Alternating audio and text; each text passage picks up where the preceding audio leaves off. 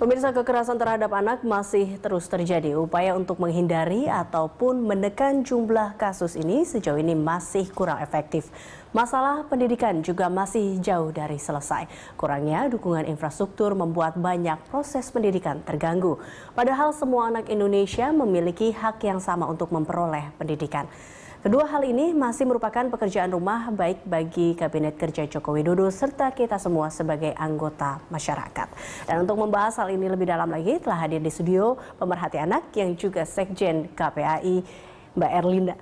Halo Mbak Erlinda. Selamat siang. Ya, selamat siang. Ini kita membahas mengenai dunia anak-anak. Baru kemarin kita setelah hadirnya Hari Anak Internasional. Ke-25 tahun. Dah, berarti kan Indonesia meratifikasi Konvensi Hak Anak yang ke-25 tahun. Ke-25 tahun. Nah ini Mbak Erlinda, kalau kita lihat kan memang masalah berbicara dunia anak-anak ini tidak bisa dikatakan sekarang ini semakin mengerikan. Iya. Karena banyak sekali kasus anak-anak yang kembali muncul dan bahkan KPAI juga mengatakan ini statusnya sudah darurat. Betul. Nah ini seperti apa sih Mbak Erlinda kalau melihatnya seperti apa? Iya, memang mengapa kita katakan darurat? Saya juga bawa data-datanya di sini. Pertama, jumlahnya trennya meningkat. Dan mungkin mau tahu berapa jumlah tren meningkatnya? Dari tahun 2010 sampai 2014. 2010 masih 10%, 2012 naik 20%, 2013 naik masih 20%, 2014 ini naik 40%. Jadi dari jumlah tren kenaikan saja itu sudah tinggi, itu yang pertama.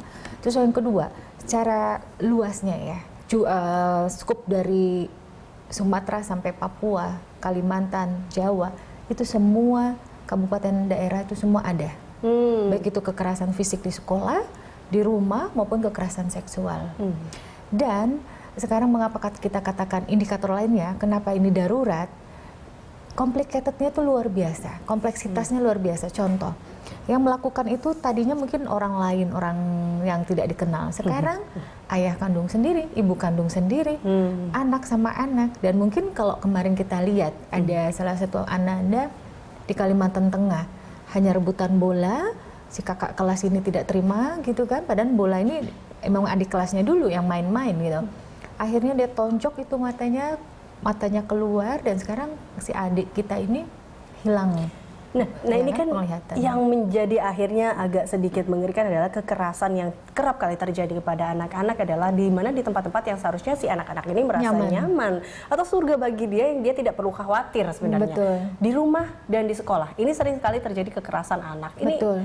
Jadi begini, rumah merupakan pondasi awal pembentukan karakter anak. Nah, pembentukan karakter anak ini dipengaruhi oleh beberapa hal.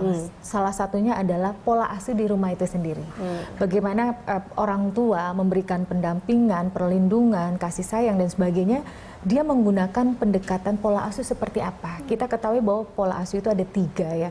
Ada otoriter, ada otoris, ya dan sebagainya lah, permisif dan sebagainya. Nah, yang paling bagus adalah pola asuh yang berdasarkan pendekatan kasih sayang, cinta kasih. Ya. Kita melihat anak kita itu bukanlah dia orang dewasa mini, tapi memang dialah anak-anak yang mempunyai karakteristik. Dan terkadang kesalahan orang tua yang paling fatal adalah jangan lihat apa yang saya lakukan, tapi lakukan apa yang saya perintahkan. Contoh misalnya, ayo kamu misalnya jangan merokok, tapi papanya sendiri, ayahnya sendiri merokok di rumah misalnya gitu.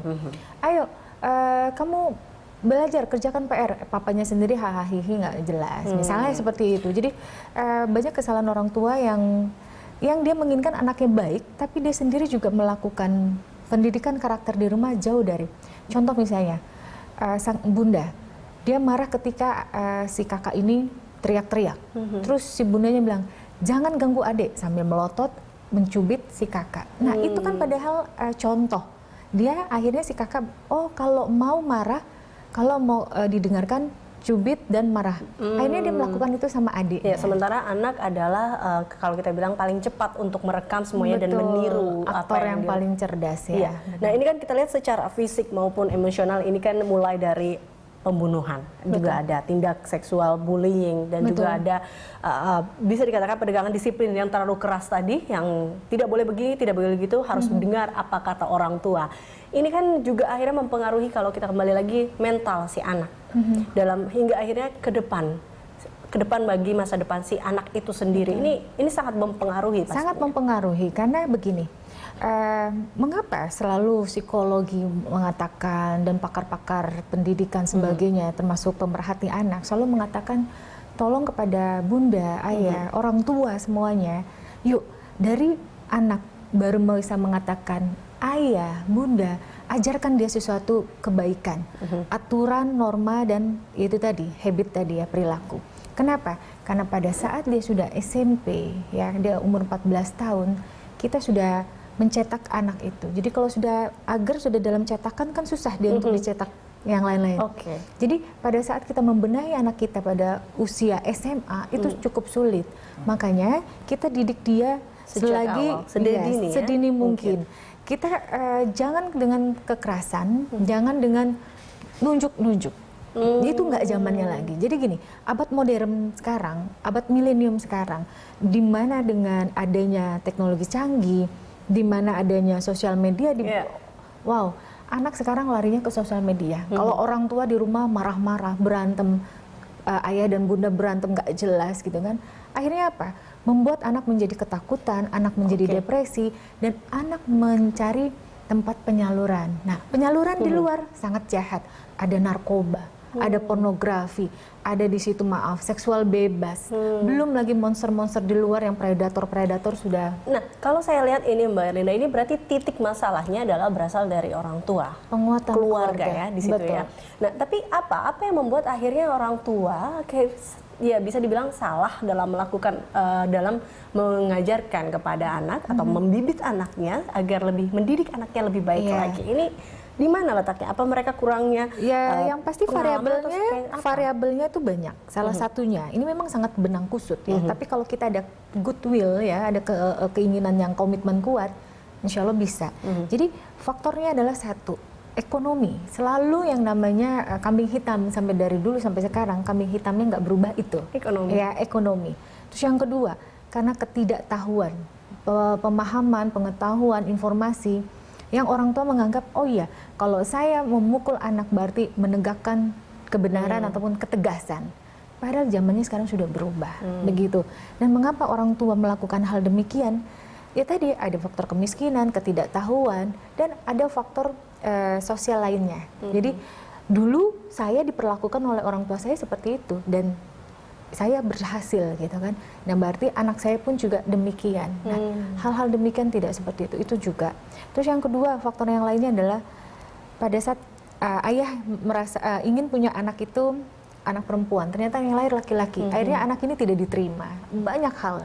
Nah, tapi saya katakan bahwa kita jangan mencari kambing hitam selalu, tapi yuk kita berbenah. Tetap peran pemerintah ini nomor satu. Karena di Undang-Undang Perlindungan Anak, di Undang-Undang Dasar 1945, pasal 34, bahwa anak terlantar dan orang miskin kan dipelihara oleh negara. Kita lihat secara Indonesia ini luas sekali ya, berapa juta penduduknya, berapa jumlah provinsi, berapa jumlah kabupaten dan desa, itu sangat-sangat luas. Kami selalu menyelaras kepada daerah-daerah yang 3T, terdalam, tertinggal, dan terluar. Di situ kita lihat, wow, rumahnya saja masih tanah, rumahnya saja masih petak-petak. Dan ternyata kenapa adik-adik kita itu sekarang terjangkit yang namanya bukan pornografi lagi, tapi seksual. Adik kakak coba melakukan hubungan seksual. Hanya gara-gara apa? Karena melihat orang tuanya melakukan hal-hal demikian dan ditiru sama anak. Karena anak nggak tahu itu apa. Nah, disangkanya itu dibolehkan. Nah, itu tadi. Makanya sekarang, yuk kita berbenah. Orang tua yang kekurangan, dalam arti kata minim pendapatan, dalam sehari dia mau dapat 10.000 aja susah, nggak mungkin dia mau baca buku parenting. Nah, makanya salah satu kami kerjasama dengan, ini saya bawa, ini buku kerjasama dengan Kominfo, ini adalah buku komik ya. Ini memang sebentar lagi akan kita launching. Nah, buku komik ini supaya ini tadi, pencegahan kekerasan terhadap anak. Bagaimana orang tua harus memberikan kasih sayang, tapi dalam bentuk komik. Jadi begitu. buku ini adalah diberikan kepada orang tua ya, Betul. lebih kepada orang Kalau tua. yang komiknya ini ke anak-anak. Ini kepada anak-anak. Nanti ada satu lagi buku yang sandarannya juga, yang satu lagi buku untuk orang tua. Nah, di sini buku-buku parentingnya, begitu. Oke, berarti memang harus ada masukan dan ini berarti adanya kerjasama antara pemerintah juga untuk mengatasi masalah kekerasan anak Jadi ini. solusinya saat ini yang kita butuhkan adalah kerjasama secara integral, terintegrated gitu, secara holistik dan berkesinambungan itu antar lembaga negara. Antar lembaga kementerian, contoh misalnya cross cutting-nya antara KPPA dengan Kominfo, Kemensos dengan KPAI dan semua. Jadi egosentris dari semua lembaga negara ini lepaskan. Kalau memang kita mau mendorong anak bangsa ini menjadi lebih hebat. Mengapa saya katakan ini? Kita harus berhati-hati. Kita saat ini dalam penjajahan orang luar. Kita dijajah oleh makanan borak, makanan pengawet, dan segala macam. Kita dijajah dengan narkoba. Sekarang kita urutan nomor 1 di Asia. Pornografi kita urutan nomor 1. Apalagi kita nggak urutan nomor 1. Korupsi pun kita udah urutan nomor 3. Ya, jadi semakin banyak dengan masalah-masalah yang ada itu. Betul. Nah, anak kalau sudah dirasuk, maksudnya anak sudah dirusak secara ketahanan mental maupun fisiknya, apa yang akan terjadi di tahun 2050? Kita di sini apakah masih hidup di tahun 2050? Kita tidak tahu, ya kan? Ataupun pasti sudah tua kita kan? Nah, anak-anak ini yang sebagai generasi penerus kita, dia sangat lemah, baik itu mental maupun jasmaninya. Apa yang terjadi dengan bangsa kita? Jadi berarti kalau tidak kita tuntaskan sekarang, kalau tidak kita rapihkan sekarang, jadi itu tidak akan mungkin terselesaikan sampai dengan waktu yang kita harapkan, atau tadi di 2050 itu akan seperti apa kan nanti anak-anak bangsa ini. Baik Mbak Erlinda, kita akan lanjutkan perbincangan ini, dan kali lagi ini ada terkait dengan hak anak juga, yaitu pendidikan, dan pemirsa tetaplah bersama kami.